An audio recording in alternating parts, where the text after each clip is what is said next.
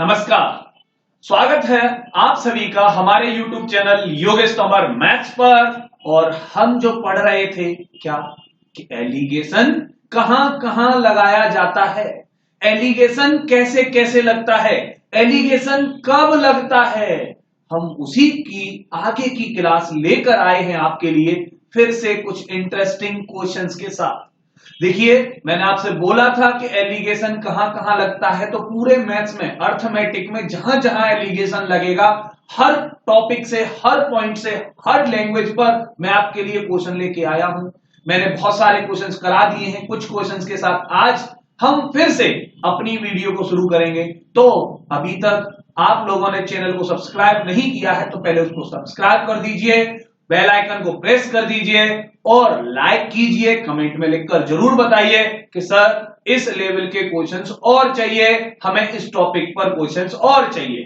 तो चलिए शुरू करते हैं हम अपनी वीडियो को। तो हमारी वीडियो क्या कहती है भाई, देखिए सेम वही खुल रहा है हमारा कि भैया हमारा टॉपिक क्या है कि एलिगेशन कहां कहां लगता है, पूरा निचोड़। तो पूरा निचोड़ कर ही मानेंगे हम, एलिगेशन को पूरा निचोड़ कर ही मानेंगे, बिल्कुल उसमें पानी की बूंद नहीं रहने देंगे, बिल्कुल भी उसको क्या कहते हैं गीला नहीं रहने देंगे, बिल्कुल भी हम एलिगेशन में एक क्वेश्चन नहीं रहने देंगे।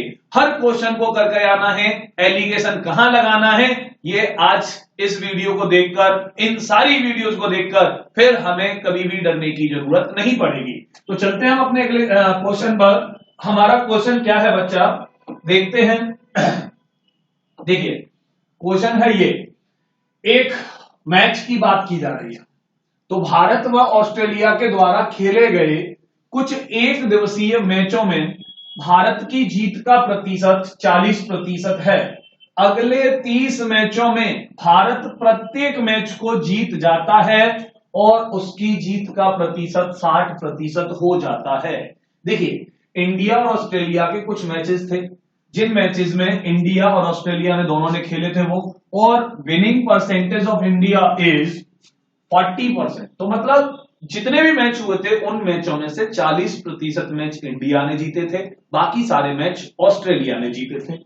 देखिए फिर उसके बाद क्या होता है, India wins each match in the next 30 matches. तो भैया अगले 30 मैच हुए, बुमराह की वापसी हो गई, रोहित शर्मा जी ने अपना हिटमैन वाला रूप दिखाना शुरू कर दिया, और रोहित शर्मा जी ने हिटमैन वाला रूप दिखाना शुरू कर दिया, कोहली भैया अपने प्लेसमेंट के साथ खेलना शुरू कर गए, और वहीं पर इंडिया मैच जीतती गई और जीतती गई, जीतती गई और जीतती गई, हर 30 मैच को उसने जीत लिया। और जीतने के बाद में क्या होता है भैया कि इंडिया का जो जीत का परसेंट था वो 60% बन जाता है। अब 60% इंडिया का जीत का परसेंट बन गया। अब ये पूछ रहा है कि how many matches did India play against Australia earlier. तो पहले इंडिया ने ऑस्ट्रेलिया के साथ कितने मैच खेले थे इन 30 मैचों से पहले, इतना जीतने से पहले। तो देखिए ये काम पहले ही कर लेते हैं। क्या होता है कि ऑस्ट्रेलिया और इंडिया की जीत का परसेंट देखते हैं, तो भाई इंडिया का ही ऊपर हम क्वेश्चन सॉल्व कर लेते हैं ना। तो इंडिया अपना है, भारत हमारा है, मेरा भारत महान भैया, तो वहां से शुरू कर लेते हैं।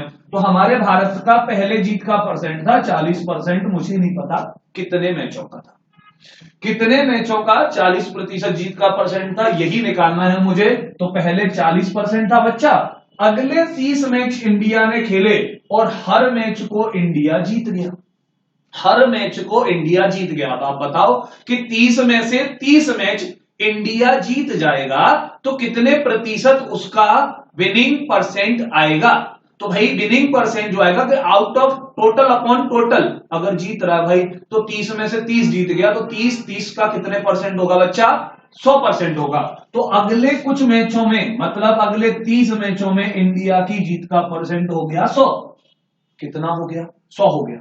अभी क्या होता है कि इन दोनों को मिलाकर दोनों कंडीशंस के मैचेस को मिलाकर इंडिया का एवरेज विनिंग परसेंट जो आता है वो 60 आता है। लगा दीजिए एलिगेशन, और लग भी गया भैया। 100 में से 60 माइनस कर दीजिए, 40 हो गया। अब 60 में से 40 माइनस कर दीजिए, 20 हो गया। अब यहां पर ये 2 और ये 1, 2 रेशियो 1 आपका बन चुका है। यहां पर इंडिया ने एक मैच खेला, यहां पर इंडिया ने पहले 2 मैच खेले, एक की वैल्यू दे रखी है मुझे 30, तो 2 की वैल्यू होगी 60। एक की वैल्यू दे रखी है 30, क्योंकि भैया एक मैच यहां खेला है जिसमें इंडिया 100% जीती है, 2 मैच यहां खेले हैं जिनमें इंडिया 40% जीती है, तो एक यूनिट का वैल्यू 30, 2 यूनिट का वैल्यू बच्चा 60। तो भाई उसने पहले कितने मैच खेले थे? 60 मैच खेले थे। किसके साथ? ऑस्ट्रेलिया के साथ। 60 मैचों में से उसका 40% विनिंग परसेंट था, अगले 30 मैचों में वो पूरी तरह से जीत जाती है तो 100% उसका विनिंग परसेंट आता है, दोनों को मिला के एवरेज 60% विनिंग परसेंट बन जाता है। एलिगेशन लगाने के बाद 2-1 रेशियो बन गया आपका, और भैया आंसर आ गया 60। तो चलिए चलते हैं हम अपने अगले क्वेश्चन पर। क्या कह रहा है अगला क्वेश्चन भाई? खुल जा सिम सिम, तो खुल गए। बोल रहे हैं एक व्यक्ति के पास कुछ भेड़ हैं और कुछ बतख हैं, वह सिरों की संख्या गिनता है तो 130 होती है, और जब पैरों की संख्या गिनता है तो 380 होती है। चलिए भाई, कोई एक व्यक्ति है, चाहे आप उसको व्यापारी कहिए या बेचारा पशुपालन करने वाला व्यक्ति हो, कोई एक अच्छा नेक दिल वाला व्यक्ति जो बतखों को और भेड़ों को डेली कुछ न कुछ खिला रहा हो, भाई उनको पाल रहा हो। तो एक व्यक्ति के पास कुछ भेड़ हैं, कुछ बतख हैं, और वो सिरों की संख्या गिनता है तो 130 आती है। तो भैया सिरों की संख्या गिनता है मतलब 130 आती है, एक भेड़ के कितने सिर होते हैं? अब दो मत कह दीजिए, दो मत कह दीजिएगा कि एक भेड़ के 2 सिर होते हैं। भाई एक भेड़ का एक ही सिर होता है, और मेरे हिसाब से तो लगभग सभी के एक ही एक सिर होते हैं, है ना? तो भेड़ का भी एक ही सिर होगा, बतख का भी एक ही सिर होगा, तो कहने का मतलब हो गया कि उसके पास 130 जानवर हैं। आप बोल सकते हो कि उसके पास 130 जीव हैं, जिनमें कुछ भेड़ हैं और उनके पास कुछ बतख है।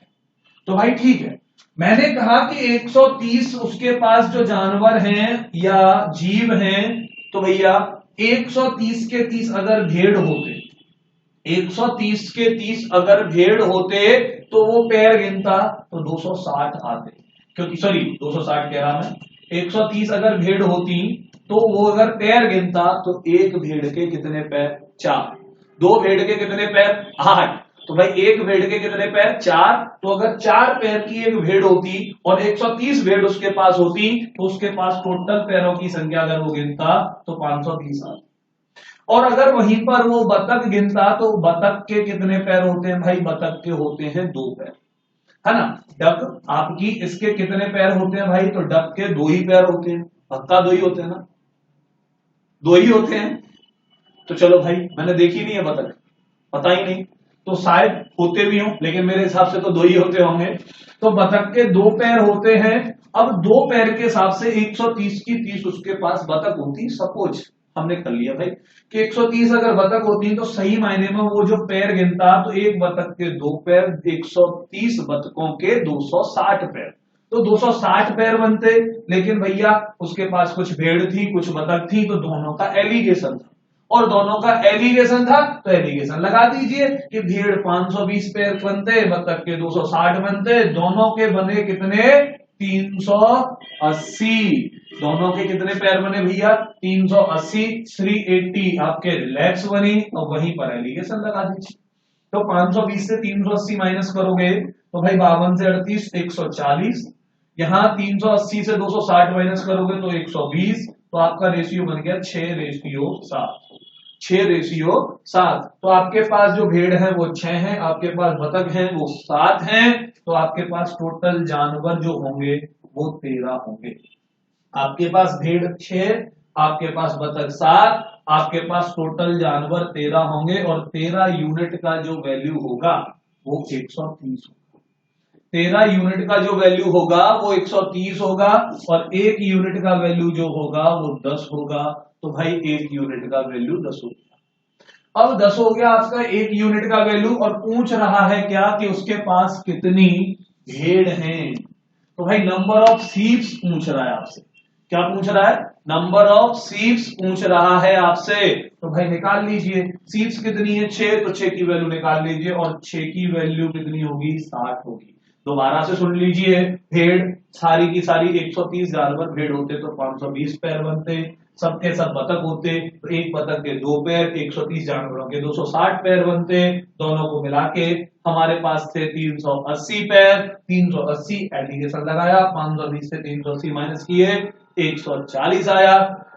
380 से 260 माइनस किया तो 120 आया। 20 से काटने के बाद में 6 और 20 से काटने के बाद में 7 आया। तो 6 भेड़ हो गई, 7 बतख हो गई, पूरे जानवर 13 हो गए। 13 की वैल्यू 130, 1 की वैल्यू 10, तो 6 की वैल्यू 60। तो 60 भेड़ होंगी, 7 बतख होंगी। देखिए अभी इसको मैं और कैसे कर सकता हूं, मैं इसको ऐसे भी कर सकता हूं। भाई मेरे पास भेड़ है तो भेड़ के कितने पैर हैं, 4 पैर हैं। मेरे पास बतख है तो मेरे पास बतख है, बतख के कितने पैर हैं भैया, 2 पैर हैं। अब देखिए 380 जानवर पैर हैं और कितने जानवरों के हैं, 130 जानवरों के 380 पैर।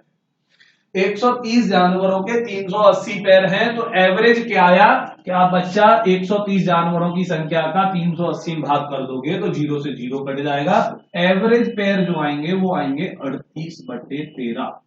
आप ऐसे भी कर सकते हैं कि भेड़ के 4 पैर, बतख के 2 पैर और सभी जानवरों का जो एवरेज पैरों की काउंटिंग आ रही है वो 38/13 आ रही है।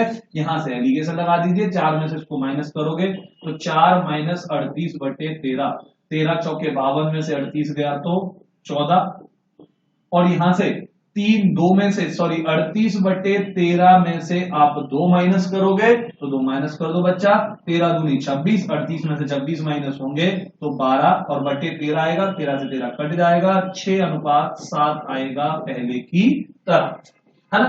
तो 6:7 आ गया, 6 भेड़ हो गई, 7 बतख हो गई, 13 जानवर हो गए, 13 जानवरों की वैल्यू हो गई 130, तो भैया 1 की वैल्यू हो गई 10, तो यहां से बेटा 6 की वैल्यू होगी 7। क्लियर है।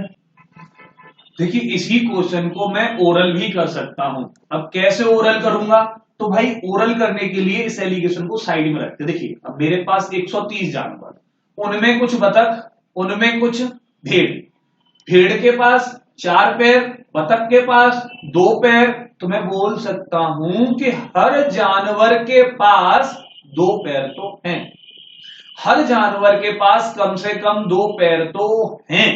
भैया 130 जानवरों के पास 2-2 पैर हैं तो 260 पैर हो जाते। लेकिन पैर 260 न होकर 380 हुए तो भैया 380 पैर में से 260 हटा दो, बचे 120। 120 पैर क्यों ज्यादा हैं, क्योंकि हर भेड़ के 2 पैर ज्यादा हैं। हर भेड़ के 2 पैर ज्यादा है तो एक भेड़ के 2 पैर ज्यादा, तो 120 पैर कितनी भेड़ों के ज्यादा, तो 120 में 2 का भाग कर दो, 60 उत्तर आ जाएगा। तो ओरल में आ गई भैया 60 भेड़ और 70 बतख। तो आपको कोई पेन कॉपी की जरूरत नहीं, आप ऐसे भी कर सकते हैं। चलिए चलते हैं अपने अगले क्वेश्चन पर। स्क्रीनशॉट लेना चाहे तो ले लीजिए। हमारा अगला क्वेश्चन क्या है, कह रहा है भाई कि एक व्यक्ति के पास 40 जानवर है। देखिए फिर से वही जानवर लेके आया है भाई, इसको जानवरों से कुछ प्रेम है। तो जिनमें कुछ कुत्ते हैं और कुछ बिल्ली हैं। प्रत्येक कुत्ता प्रतिदिन 8 बिस्किट खाता है। हमारा टॉमी है, 12-13 रोटी खा जाता है भाई दिन में। पता नहीं कैसा कुत्ता है ये कि 8 बिस्किटों पर ही जिंदा है। और प्रत्येक बिल्ली प्रतिदिन 5 बिस्किट खाती है। तो भाई 5 बिस्किट खाती है, बिल्ली भी अजीब है, 5 बिस्किटों पर जिंदा है भाई।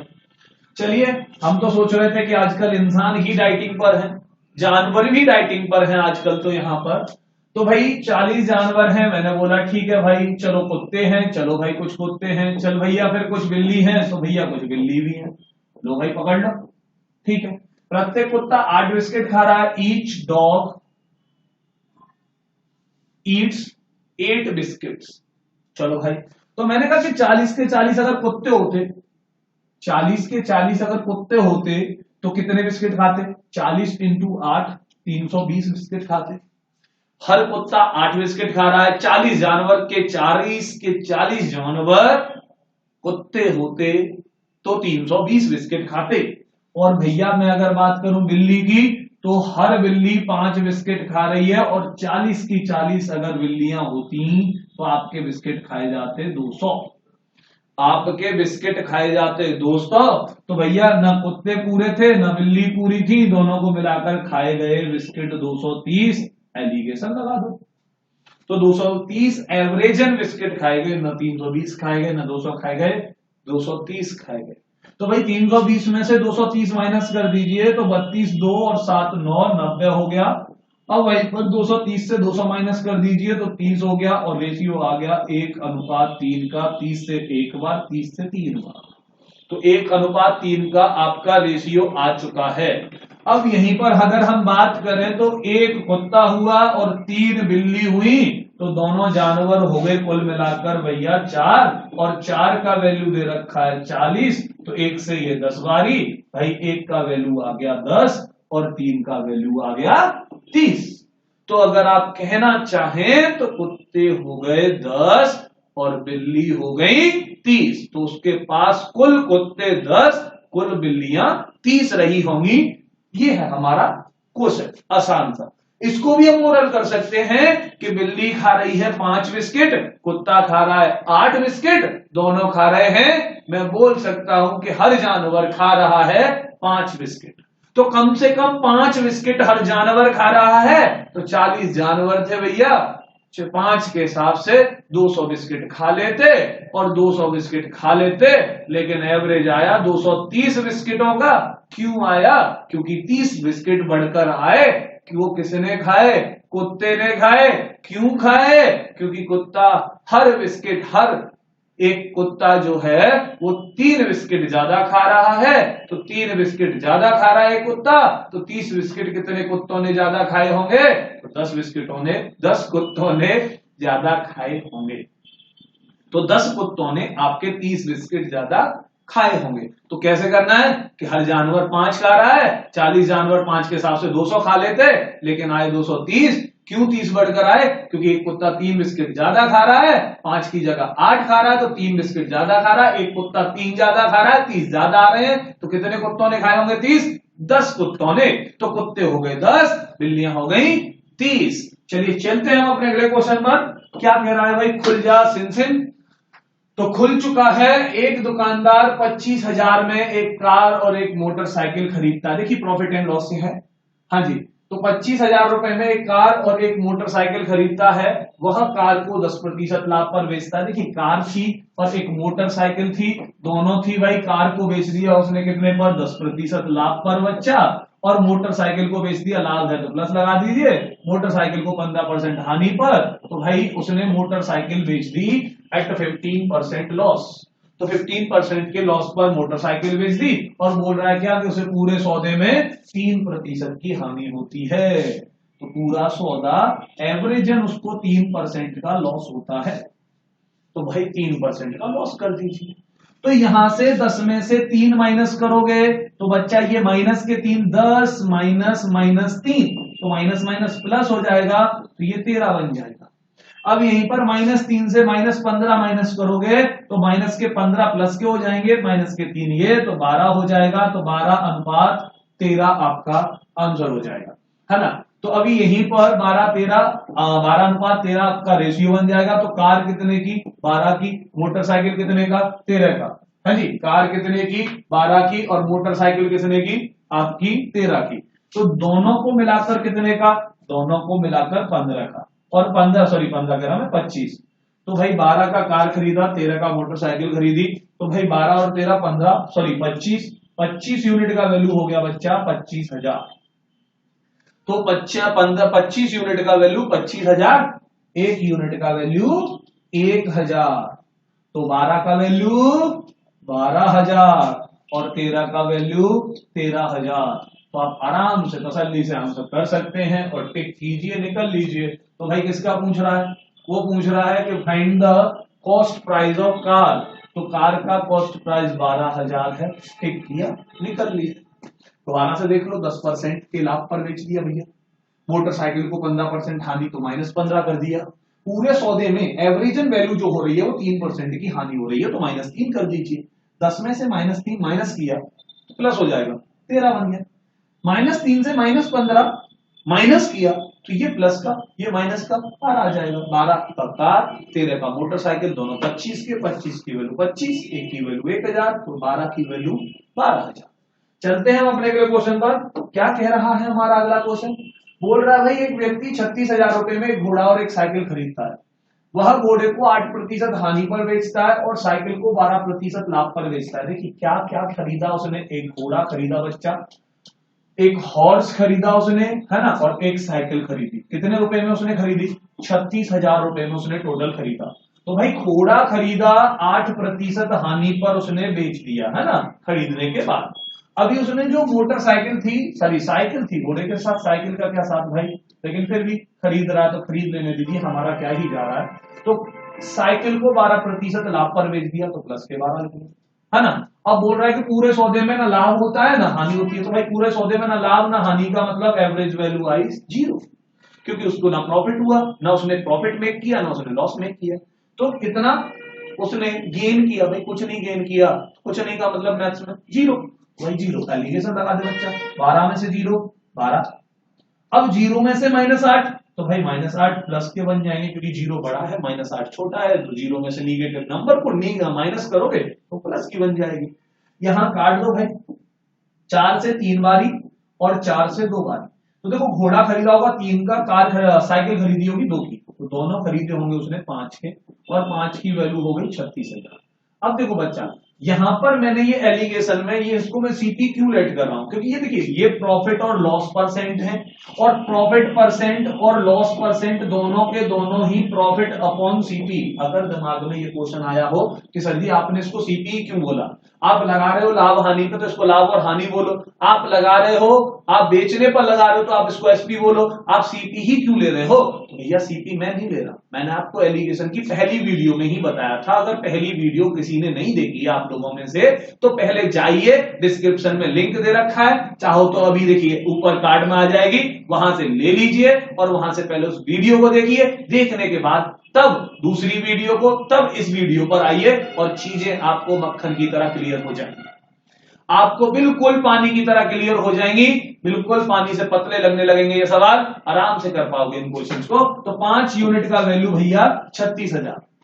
आपका एलिगेशन मेथड आपसे भी मलूक हो जाएगा, आपसे भी मलूक हो जाएगा। आप जितने मलूक अपने आप को समझते हो उससे बेहतर एलिगेशन होगा आप लोगों का, उससे बेहतर मलूक हो जाओगे आप। बस जाइए वीडियो शुरू से लेके लास्ट तक एक ही ऑर्डर में देखना शुरू कर दीजिए। तो 5 यूनिट का वैल्यू 36,000, 1 यूनिट का वैल्यू हो गया बच्चा 36, काट दीजिए भाई, सॉरी 5 से कितनी बारी, 5 से काटोगे आप 7, 2 7200, 1 यूनिट का वैल्यू हो गया 7200। क्या चाहिए भैया को? कॉस्ट प्राइस ऑफ साइकिल, तो साइकिल की प्राइस चाहिए तो 2 यूनिट का वैल्यू चाहिए, 1 7200, 2 हो गया 14,400, तो 2 हो गया 14,400। क्लियर है? चलते हैं हम अपने अगले क्वेश्चन पर। क्या कह रहा है भाई हमारा अगला क्वेश्चन? तो मैं भी, सॉरी एक सेकंड, मैं भी यहां पे बता रहा था क्या भाई कि प्रॉफिट परसेंट और लॉस परसेंट, प्रॉफिट भी सीपी के रेस्पेक्ट में निकाला जाता है और लॉस भी सीपी के रेस्पेक्ट में निकाला जाता है। और मैंने एलिगेशन में बताया था कि भैया जिसके रेस्पेक्ट में एलिगेशन लगाया जाता है नीचे रेशियो उसी का आता है, तो नीचे रेशियो उसी का आता है, तो आप वहां से पकड़ लीजिए। तो लॉस अपॉन सीपी या प्रॉफिट अपॉन सीपी, तो रेस्पेक्ट किसका ले रहे हो? सीपी का ले रहे हो, तो नीचे रेशियो भी सीपी का आएगा। चलो हमारा अगला क्वेश्चन क्या कह रहा था? कह रहा था कि एक व्यक्ति के पास 80 रुपए प्रति किलोग्राम वाली चाय थी, जिसको वो 140 रुपए प्रति किलोग्राम वाली चाय के साथ मिलाता है। तो 80 का मिश्रण कर रहा है 140 के साथ, और 80 का 140 के साथ मिश्रण किया, बना जो भी मिश्रण उसने 120 रुपए प्रति किलोग्राम में बेच दिया भाई, by selling it at 120 rupees per kilogram and a profit of 33 whole number 1/3%। तो भाई प्रॉफिट भी हो रहा है उसको और बेच भी रहा है। तो देखिए ये जो था ये सीपी था, ये भी सीपी था, तो यहां बीच में भी सीपी ही आएगा। अब सीपी लाने के लिए मुझे एसपी को सीपी में बदलना होगा, और ये आसान है। 33 होल नंबर 1/3 का और लॉस, सॉरी प्रॉफिट हो रहा है भाई, तो इसका मतलब हो गया 1/3। तो 3 पर बच्चा कितने का प्रॉफिट हो गया? 1 का। 3 पर 1 का प्रॉफिट हो गया, बेच कितने की दोगे? 4 की। अब 4 की बेची होगी कितने में? 120 में। भाई 4 की 120 में बेच दी, तो चलो भैया बेच दी। कौन सी आफत आ जा रही है? हमारा तो काम ही शुरू से बेचने का है, बेच देंगे, क्या दिक्कत ही कहां रही है? तो भाई बेच दिया मैंने 4 को 120 में। तो 1 का वैल्यू आ गया भाई बच्चा 30 का, तो 3 का वैल्यू आ गया 90, है ना? 3 का वैल्यू कितना आ गया? 90 आ गया। तो यहां पर मेरा जो कॉस्ट प्राइस रहा होगा वो 90 रहा होगा। देखिए 3 पर 1 का प्रॉफिट, तो 3 सीपी हो गया, 1 प्रॉफिट हो गया, एसपी हो गया 4, 4 का वैल्यू 120, 1 का वैल्यू 30, तो 3 का वैल्यू 90। लगा दे भाई एलिगेशन, 140 से 90 50, 90 से 80 10, रेशियो आ गया 5:1। मेरे हिसाब से सी सही है, क्योंकि रेशियो ही पूछ रहा है, तो रेशियो आ गया 5:1। आसान है। तो भाई ये क्वेश्चन समझ में आ गया होगा आपको, ये क्वेश्चन समझ में आ गए होंगे, ये कॉन्सेप्ट समझ में आ गए होंगे, ये प्रॉफिट एंड लॉस हो गया। कल हम अगली जो वीडियो लेके आएंगे उस वीडियो में एसआई पर बेस्ड, सीआई पर बेस्ड, जहां पर भी एलिगेशन लगता होगा उनको लेकर आएंगे, साथ के साथ रेशियो पर, एवरेज पर, जहां पर भी बन सकता होगा अगली वीडियो में लेकर आएंगे बचे हुए क्वेश्चंस। तो चलिए चलते हैं, इजाजत दीजिए हमें, हम मिलेंगे आपसे अगली वीडियो में। और अगर अभी तक आपने चैनल को सब्सक्राइब नहीं किया हो तो पहले कर दीजिए, बेल आइकन को प्रेस कर दीजिए, वीडियो अच्छी लगी हो तो शेयर जरूर कर दीजिए। चलिए मिलते हैं अगली क्लास में। जय हिंद।